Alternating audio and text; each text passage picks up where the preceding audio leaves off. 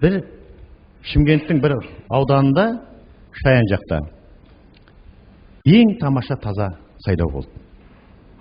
Қалай дейсіздер ғой? Өз кішкентай ауыл екен, бәрі де дінді ұстайтын, қалған ауылда.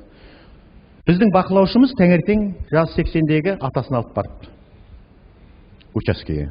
Сонымен таңертең сағат 6-та бәрі басталып, гимн ойнағаннан кейін жаңағы шал айтыпты: "Ал мен бата беріп жіберейін" депті. Бәрі қазақ, бәрі дін ұстайтын, ойбай аға бата беріңіз.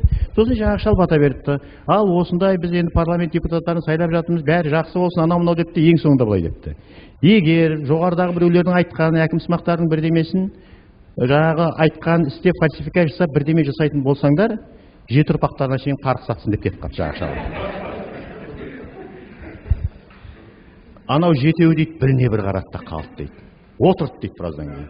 Сосын біреуі комиссияның бастығы орнынан тұрып: "Әкімнің де әкесінің аузы, оның үстіндегі әкімнің де әкесінің аузы, мен 7 ұрпағымды қарғысқа қалдырмаймын. Жігіттер давай таза істейік" деп. Сонымен кейбір жерлерде жаңағы не дейді? Осыны айтам ғой. Соны айтардың алдында айтып қоямын, енді шетелдің нелерінде алдында. Мен айтамын: "Использование ислама в деле демократии" деп қоямын. Сондықтан мен мынандай ойлап отырмын. Енді бұл әшейін енді бір әзіл есебінде ғой. Сайлау комиссиясының адамдары таңертең ашылған уақыттарда столдың үстіне конституция менен Құранды әкеп қойса.